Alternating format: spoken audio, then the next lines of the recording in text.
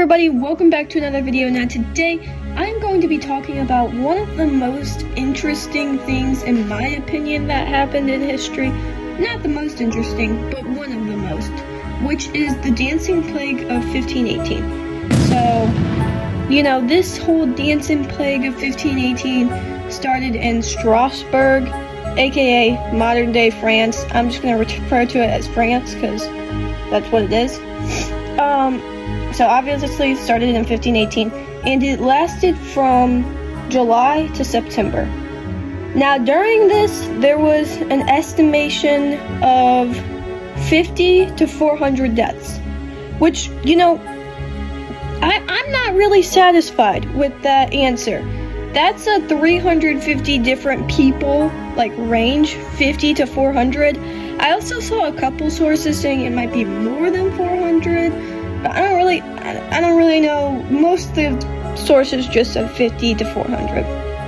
So, some of the theories, the main theories for this is mass hysteria and ergot poisoning, but we'll get more into that later. First, let me just give you some background of what this even was. So pretty much on July 14th, this lady just went into the street and started dancing.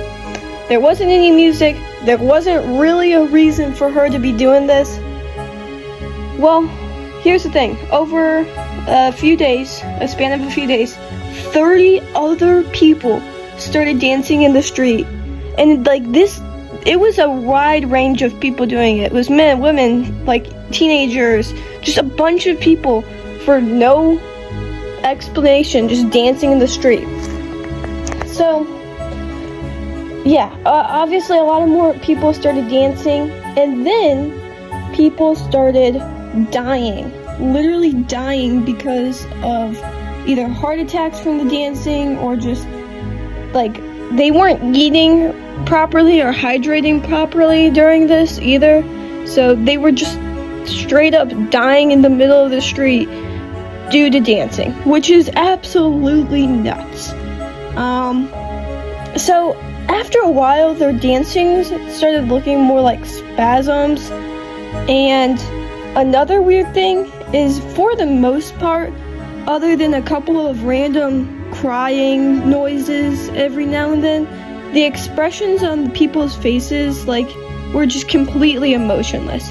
They weren't happy to be dancing. They weren't tired looking. They weren't, upset that they couldn't stop dancing. They were just completely, emotionless. And that would be so scary to just see a bunch of people pretty much having spasm movements out in the middle of the street with no emotion on their face whatsoever. So, this one guy said in his book that there was about 15 deaths per day, and he was there. So that's the best we got estimation of how many people died. So, July to September, beginning of September, 15 people dying every single day. That's a lot of people dying. And then another thing about it is, when people would dance, their shoes would just be completely covered in blood due to the fact that they were non-stop dancing and they were just on their feet all day. Their shoes would be covered in blood, which is pretty gross in my opinion. So, obviously people are going to hear about this strange phenomenon. And phenomenon? I think that's the word. Anyway, people caught wind of this, and the council didn't really know what to do with it. So they were like, okay, we're not sure how to fix these people or how to help them, so we're gonna ask some doctors and put them in charge, because they're doctors, so they should probably know what to do.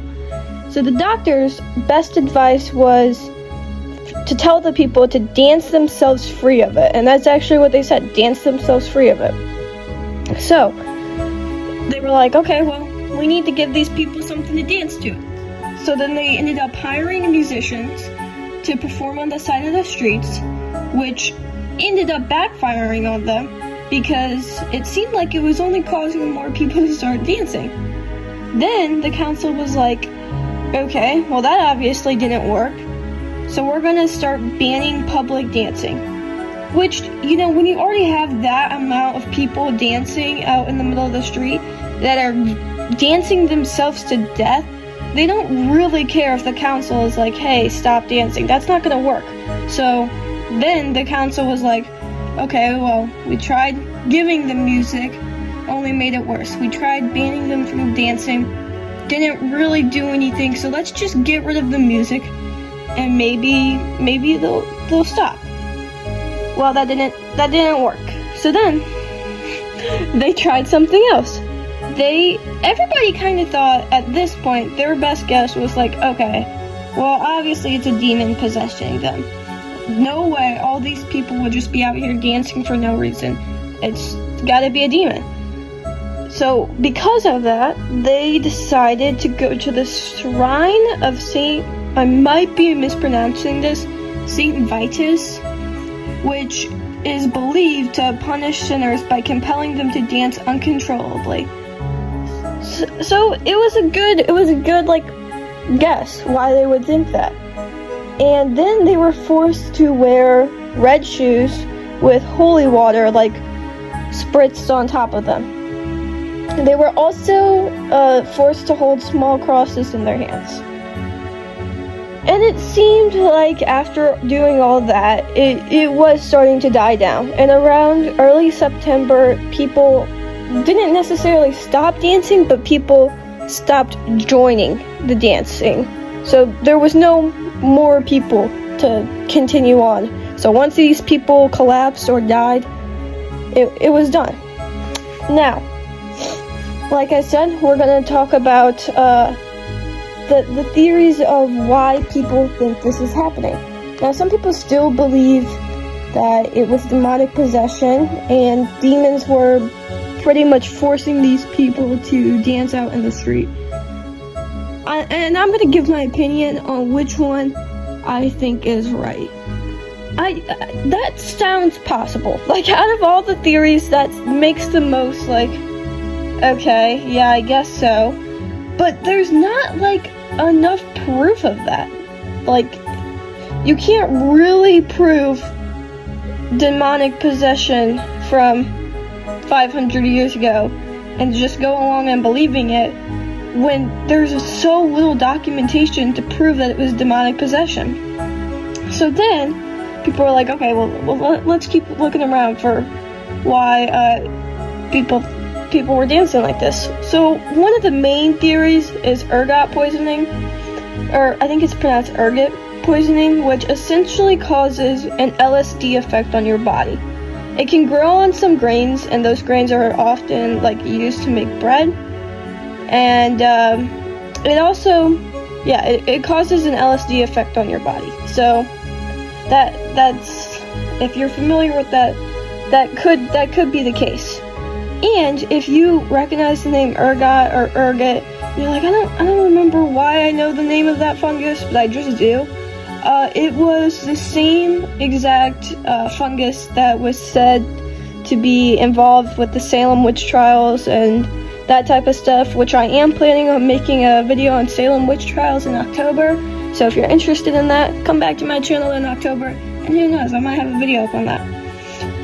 Now here's the thing, that sounds great. It's like, oh yeah, we just cracked the case.